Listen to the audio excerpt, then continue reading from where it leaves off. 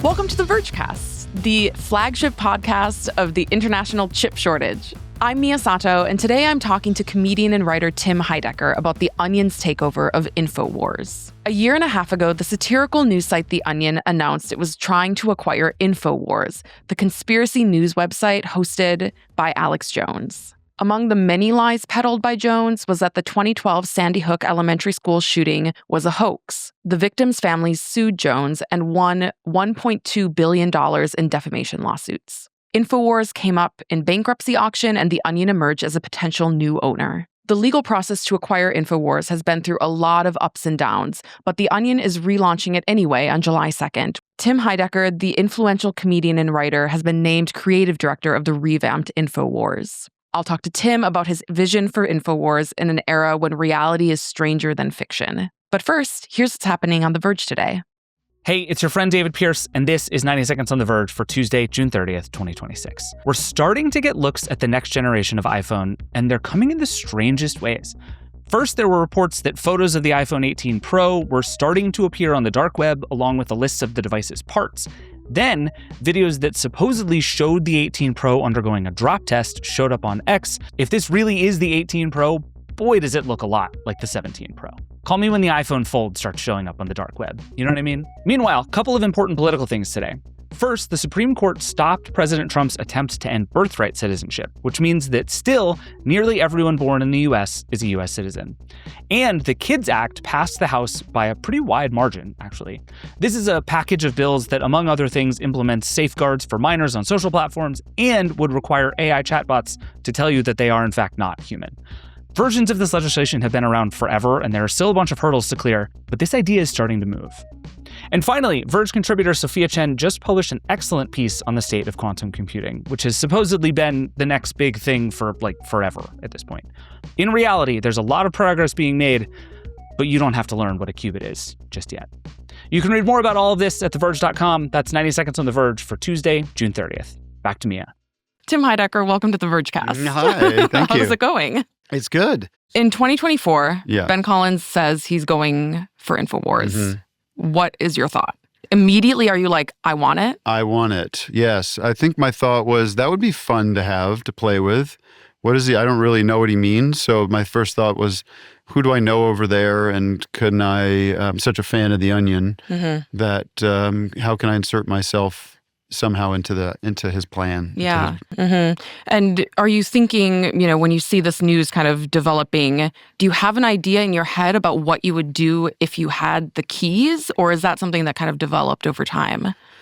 The first attempt for them, I reached out with, I think just to talk to them about what they were thinking, and then I never heard back. So I didn't think about it. I kind of just thought, oh, well, I guess I'm no longer relevant because I can't get The Onion on the phone. And then out of the blue, they called me, and I hadn't realized that this was back on. And I think in that first conversation, I was just spitballing, and my first two thoughts were, well, it would be fun to make fun of him for a little while, but then that joke would go stale, and but then you'd have all this. You'd have a media site. You'd have the infrastructure of like a streaming site or a new, anything you wanted it to be. So it would be, and at the same time, I was like developing my own independent streaming sites, the High Network, which is where I do On Cinema, and Office Hours, which is we do through Patreon. And I'm just really excited about the possibilities of building your own networks, your own subscription, streaming sites. And I thought, well, there's my sites, especially the High Network, which is very specific. It's very similar to The Onion because it's very restrictive in what we can really do because of the sensibility has to be very straightforward.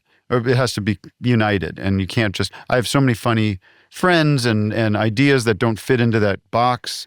And The Onion was thinking the same thing. They want to do so much in comedy, but they're kind of restricted by their own voice for good reason. But so if there's this other thing, maybe we can expand outside of our limited sensibilities and drag the cinematic universe out a little bit. Exactly. Yeah. Create a big old parent company, which it's not quite that yet, or it's evolved since then, but it has become sort of we talk about it in sort of phases. Like first phase, we're going to come out and be very like directly parodying that world, that sort of conspiracy world, supplements and hoodwinking people and, crisis actors and all that stuff. But that, to me, that doesn't have a long shelf life. So then phase 2 would evolve into, well, let's make a platform for the kind of comedy we all like. Yeah. Because I think when, an earlier announcement, there was a clip of you doing an eerily good Alex Jones impression. It's Tim Heidecker here. I'm broadcasting now live on the internet. Thank you for joining me. We have major announcements to go through here. Lots going on. But to clarify, you're not going to be trapped in his skin. You won't be Alex Jones forever. I am walking in his skin, but I can take it off whenever I want. Yeah. No, I'm going to do it for a little while, but I don't want to be. I just have other things I want to do. So I don't want to get trapped in that mentality for too long. Yeah, but the stress on your vocal cords must actually be crazy. People are like, how do you do it? And I said, it's fun and easy, but I've only been doing it in short bursts. And then last week we filmed like 2 proper episodes that kind of took all day. And by the end of that, I was stressed. I mean, like physically, the vocal cords were pushed. Yeah. And the next morning I was like, oh boy, I don't know if I can do this. I'm on vocal rest. Yeah. I'm sure I could go to some kind of a coach and get to where I can do it every day, but I don't think I want to do that. Yeah. So new InfoWars scheduled to launch in just a few days, July 2nd. What will people find when they go to theonion.info? We're putting together like a kind of an hour or so of programming that is essentially, it's my show, which is InfoWars, essentially, the very direct parody that we're calling Emergency with Tim Heidecker. And that's got like a 6-episode arc that I can't reveal much about, but we'll see. We'll see what happens. And then The Onion had, before I got involved, had produced the Jim Haggerty show, that is very much like a kind of a Tucker Carlson parody that they've teased already. So we have those 2 kind of like tentpole shows, and then there'll be some like interstitial stuff. We want to start presenting the idea that this is going to be like, the way Adult Swim was this block of time that you would go and it all felt kind of connected. It was kind of similar sensibility. A voice that's consistent. And so that will get us, hopefully, into the fall. And then I think we'll try to kind of relaunch or sort of present our, fall programming schedule. That stuff that's now just in the works. It's just being developed now. Yeah, I wanted to ask about Jim Haggerty. The Onion social media accounts have been teasing and reposting old stuff. Can you tell listeners what his lore is? Well, I don't know at all, but I was a fan for sure when they're still doing ONN, their sort of CNN parody. And he was like the morning guy. And it was like a very much local news more. And I was such a fan of those.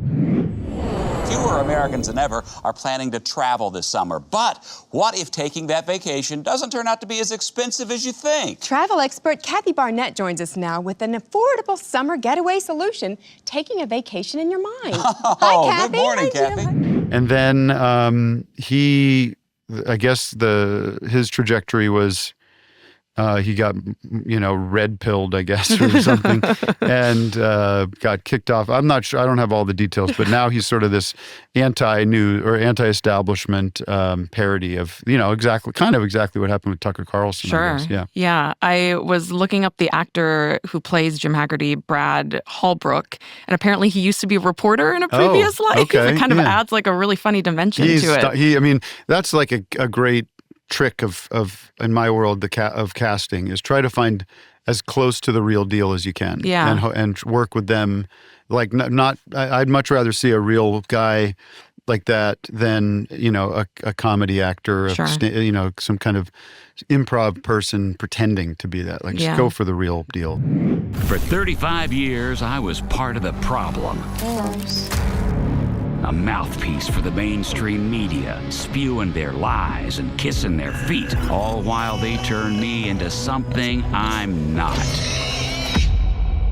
But now I'm free of my corporate shackles, and my only business is freedom. Yeah, find a disgruntled former news anchor and get him in. And write him funny lines. Give him a red pill script. Put the teleprompter up there and let him go. Yeah. This is such a funny time to produce satire. Sometimes I wake up and read the news and it's like the Trump administration has stolen Onion headlines, right? And beaten you to the punch. Not the Onion Reddit page. Yeah, right. How do you keep an edge? Where do you look for what's next or what getting one step ahead? It depends on what project I'm in. I mean, office hours is much more reactive to what's going on in the world.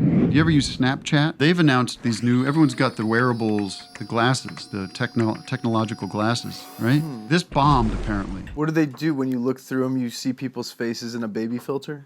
And sometimes that can just be, you don't need to really, like, you can kind of just talk about what's actually happening and have a laugh about it and remind people that you're not going crazy. This is crazy, you know, and be angry or be befuddled or whatever your feelings are.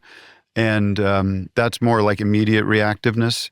In this InfoWars space, I think it's finding, just ratcheting up the absurdity to where it becomes funny. And it's more about like human relationships and not the specifics as much. I'm more interested in like the deeper flaws that we all have that are kind of universal.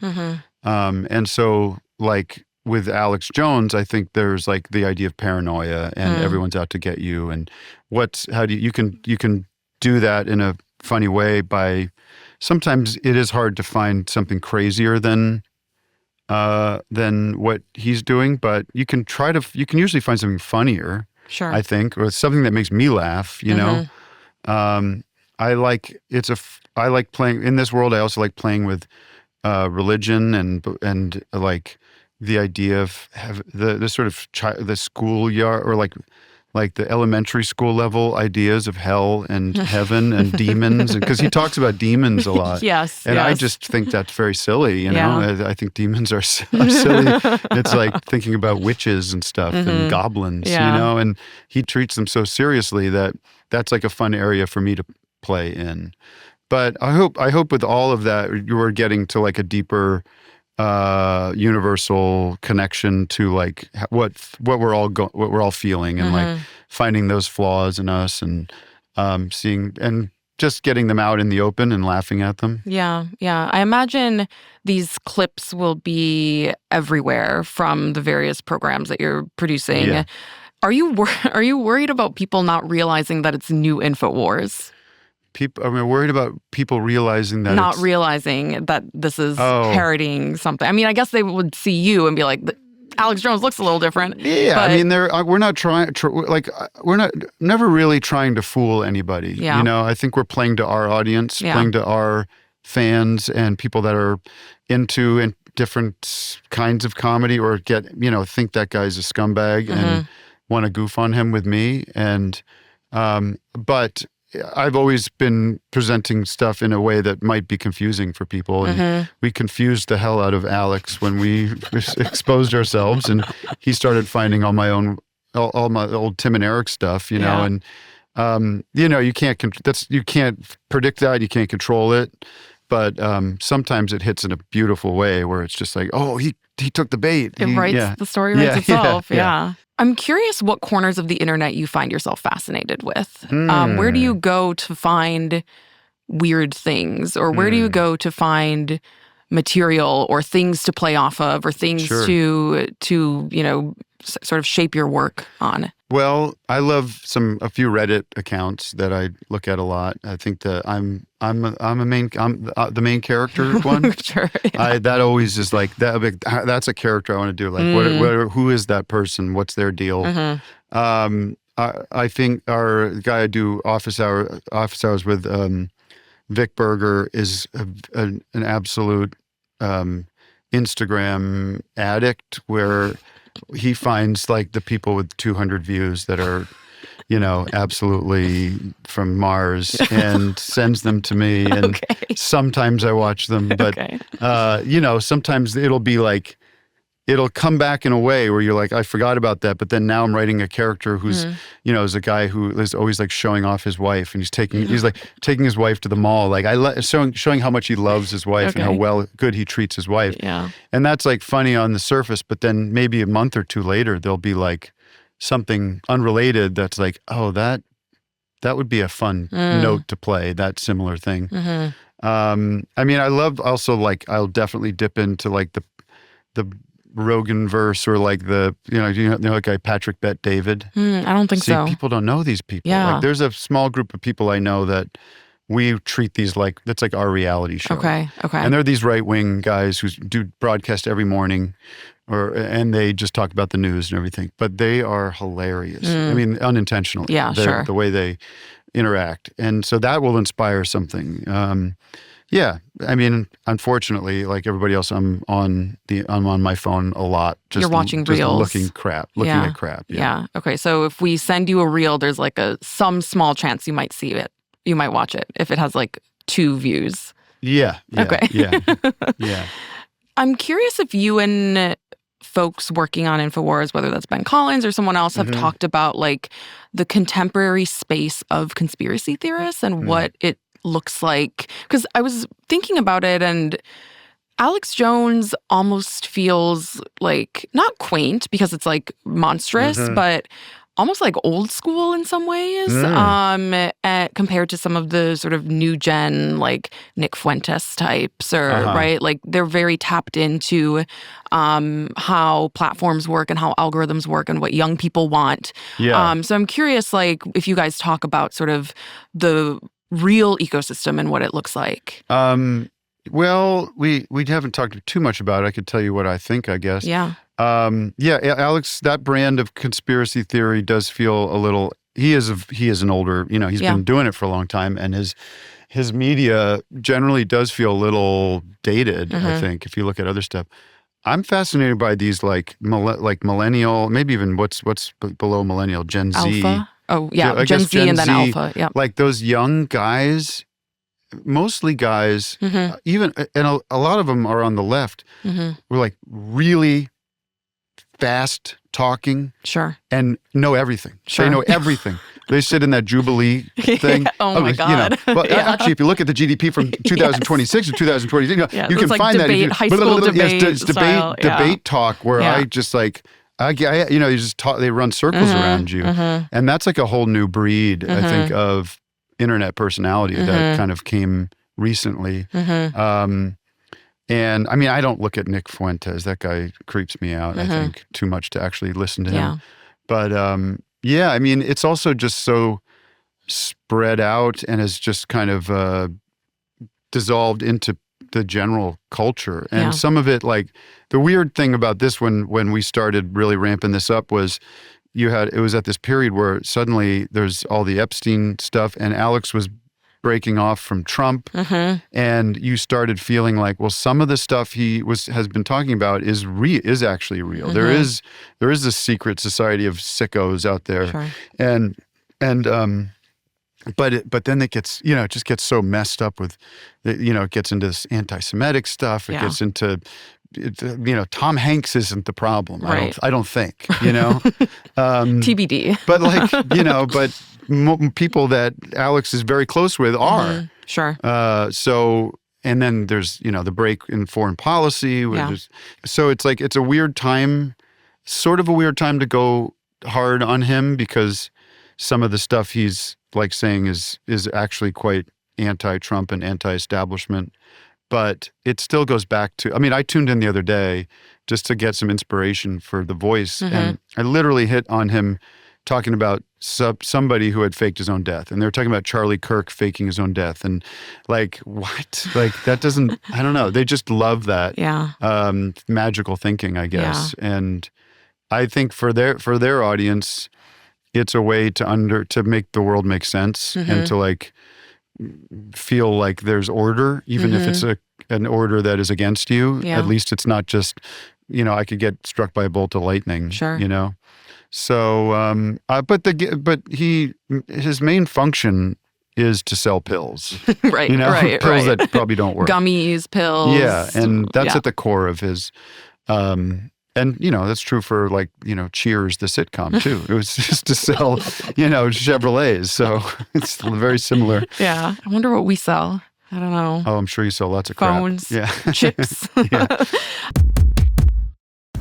Support for the show comes from Framer. If your team wants a website that looks and feels handcrafted, but is still fast to ship, Framer is built for that. You design on a visual canvas with responsive layouts, hosting, and a CMS built in, so the work is production ready from day one. Agents work alongside you to draft pages and polish sections, then you review and publish what goes live. Framer is the pro site builder for creators, teams, and businesses that want a professional site and care enough to get every detail right. Agents solve the gap between AI-generated ideas and production-ready website work. Learn how you can get more out of your site from a Framer specialist or get started building for free today at framer.com/Verge for 30% off a Framer Pro annual plan. That's framer.com/Verge for 30% off. framer.com/Verge. Rules and restrictions may apply. Support for this show comes from Keeper Security. What do you think your most important items are? You'd probably say your keys, wallet, and a phone, in some order. But what if you were wrong? What if the thing that's the most important to you is your data? It's the reason why bad actors do whatever they can to try and get their hands on it, and it's on you to protect it. That's what Keeper Security is all about. Keeper is a password manager and the simplest way to take control of your online life. It creates strong, unique passwords for all your accounts, stores them securely in one place, and logs you in automatically across all your devices. From your phone to your laptop, from your tablet to your browser, Keeper works quietly, so you can just get on with your day. Right now, Keeper is offering our listeners 60% off personal and family plans at keepersecurity.com/Verge. This offer is only for podcast listeners. That's keepersecurity.com/Verge for 60% off personal and family plans. Make sure you use our link so they know we sent you. keepersecurity.com/Verge.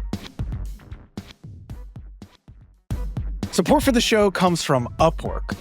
To the business owners out there, when did you decide that this was what you wanted to do?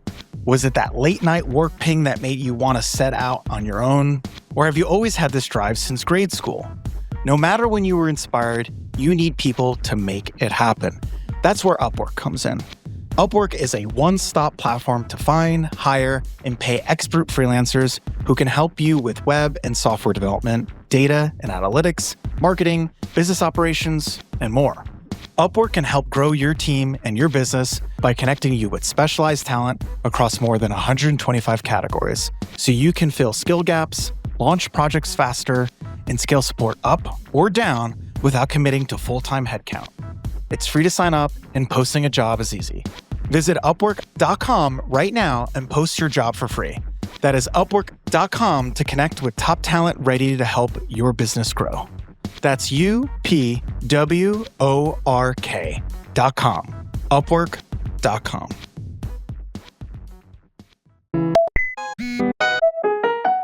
I don't want to spend, too much time talking about Alex Jones because I think what you're working on is more interesting, but I do have this nagging thought that's he obviously can perform, right? He can do the character, but he was also fighting tooth and nail for his show, for InfoWars, on the brink of losing it, where he was spending days posting on X, where he seemed to be conflating characters you'd written and played and saying that it was you, the person who had taken over InfoWars. Do you have a sense of how much he truly believes any conspiracies or anything he shares with his audience versus how much is the performance? I don't have any clue. I mean, I could just tell you what I don't have any inside information on that.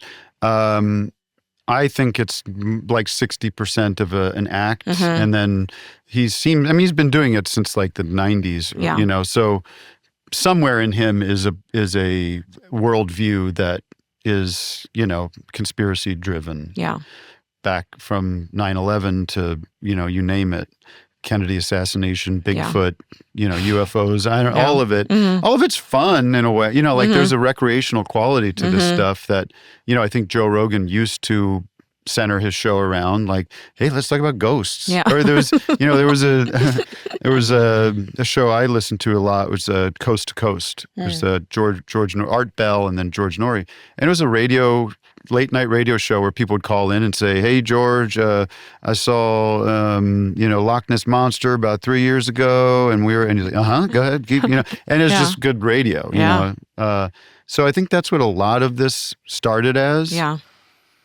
And then it changed. It really changed more with Trump because Trump basically was like one of those listeners or one of those callers. Sure. Yeah, literally calling. Yeah. And he would love to call into like TV programs. And he'd just shoot from the hip and say what he thought, and a lot of it was nuts. And now he's actually running the world in a lot of ways. So that's the scary full circle of it, I guess. Yeah. A big part of, the InfoWars ecosystem and Alex Jones' finances was selling crap. Mm-hmm. I looked at the store the other day. Yeah, what do they got these days? I was kind of surprised because I feel like he hasn't been keeping up with the trends. It was mostly gummies, supplements, but I feel like he really should be on the peptide train, and I was surprised that he wasn't. Right. So will The Onion be selling peptides? I'm a little behind on peptides. I keep seeing it. Sure. Is it like steroid? What does it do? Yeah, it's like what does injectables. It do? I mean, look at Alex. Like he's not peptiding from what I could tell. It could be a different peptide that I'm not aware of. A new horrible thing. Yeah, it's a ballooning peptide. We'll have to figure out the funny version of that. I don't know if that just doing peptides is quite there, but maybe Pepto, maybe injectable Pepto-Bismol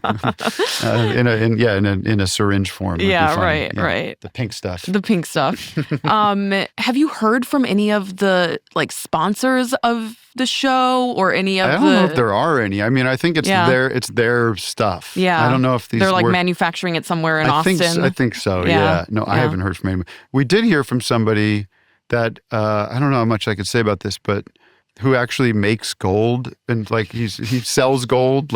And you could, if you were at a company, you could work with him to design a gold whatever, things and sell them on your site. And he, I guess, used to work with Alex and used to work with Rogan and those guys doing crap. And he's wants to do business with us. He wants to make gold for you. Yeah, which we have a couple of ideas. But we'll love see. it. Yeah. It could be like a mega sponsorship level where it's as long as I get a cut. Yeah. I want to make sure that we really explicitly talk about the harm that the show caused. And, for listeners who are not aware, Alex Jones has lied for years about the 2012 Sandy Hook elementary school shooting. 26 people were killed, 20 were kids. And the families have been harassed and threatened. Some said they've received letters from people saying, we're going to desecrate your child's grave. Yeah. Families have had to go into hiding, move. And several years ago, Alex Jones was ordered to pay something like $1.5 billion to the families in 2 defamation suits. Have those families gotten anything? Have they gotten a sense of justice or money or anything? No. I mean, I'm not sure if this was announced when we launched this, we launched a whole line of merch, shirts and bags and all that kind of stuff. And a portion of that is going to the families. And it's quite a bit because we sold a lot of InfoWars merch. This is the prime motivator for this, is to set up to make InfoWars valuable again and start generating money that can go to them, that can start paying them back. Yeah. He's been very successful in evading that, and part of this is keeping that pressure on in the courts and in the press and reminding people. I think we forget about that, and people don't know the details of what he was doing to those families. And it should be a never forget situation, because there should be justice for the decisions he made. There should be consequences for them, and to try to tamper it from happening again, from that feeling like it's an okay thing to do. Like, there's a documentary anyone could watch on HBO called The Truth versus Alex Jones that goes very much into the details of what he did. It's a horrifying experience to watch that, because the first 20 minutes of that movie is about what happened to those kids, and not something that anyone wants to go and revisit, because it is truly horrible, like as horrible as you can get. And then stacked on top of that is almost immediately, one of the fathers comes out to talk to the press, because somebody has to speak for these people.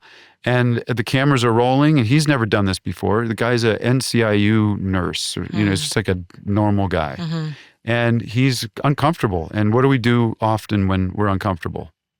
Laugh. Yes. We smile. We go, this is weird, something. He does that.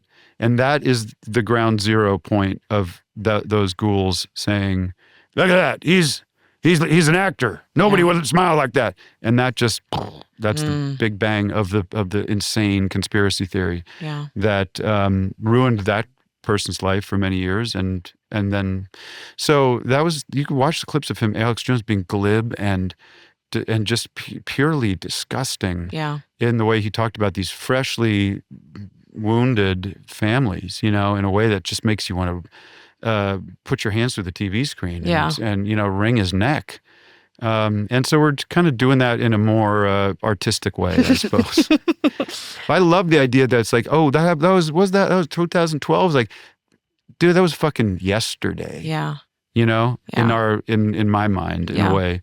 So, like, no, you don't get to just like keep doing your shit. Or maybe you will, but we're not gonna like stop telling people what you did and try to do it in a entertaining, artistic way, I guess. And to the bitter end, he was saying lies about the families. Oh, yeah, right? except when he's under oth and he goes, well, Sure. it was a joke. I was a kid. Come on. It's a comedy show, or, whatever he said. It's entertainment. It's too late. Yeah. Was it a process to get the families on board with the vision?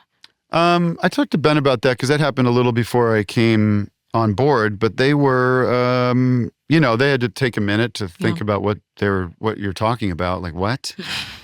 And then they came back and said, yeah, this sounds cool. I mean, good luck, and let us know what we can do.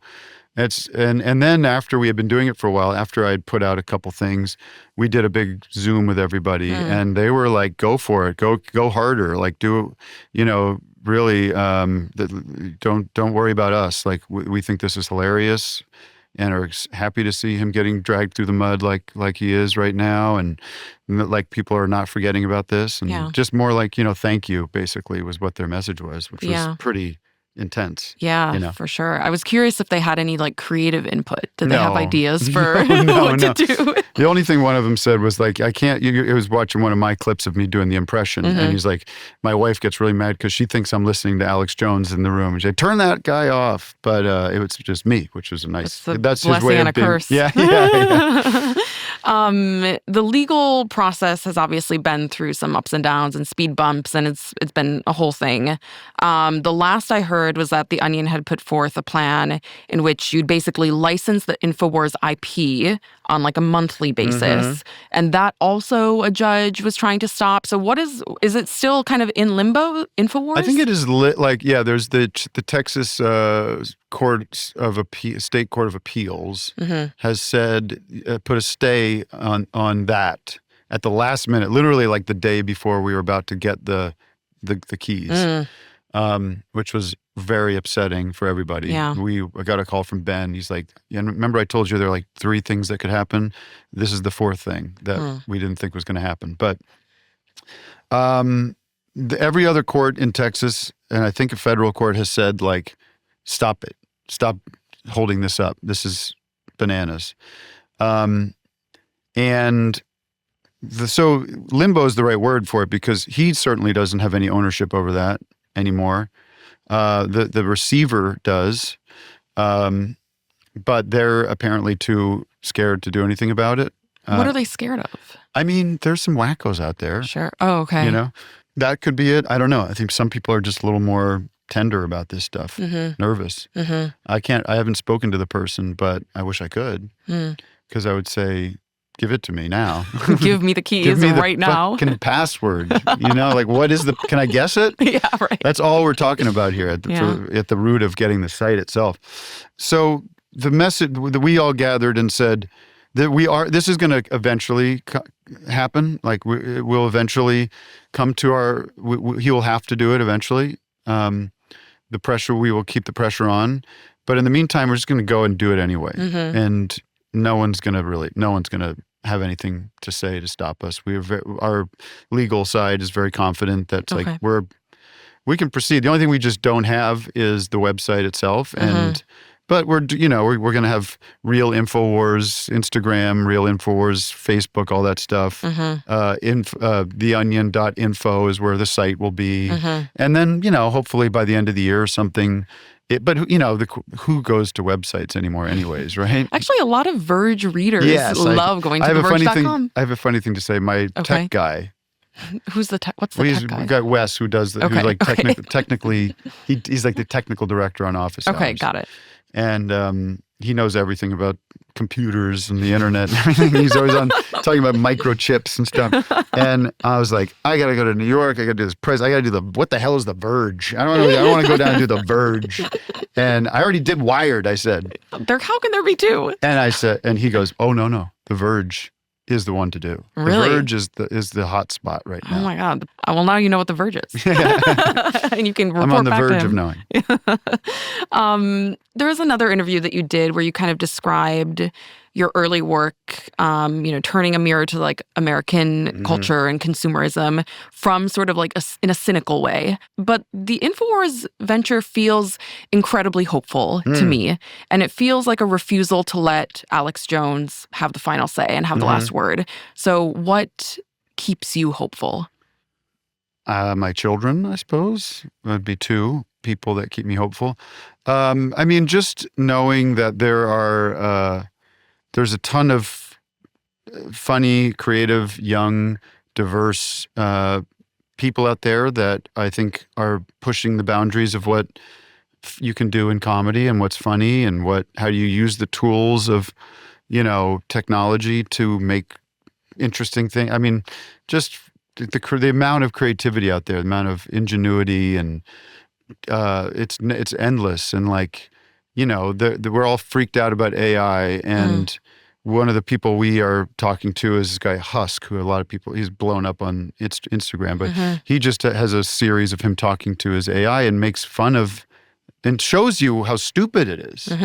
And it's funny, but it's also, for me at least, it like calms my nerves about the whole, oh no, we're going to have AI overlords, when in fact I think it's pretty clunky and pretty bad. It sucks. And it's a con job that these billionaires have been selling snake oil, I think. I think that's what it is. And he's one of the people, just through his little videos, where the AI can't spell strawberry, won't count to 100 or something.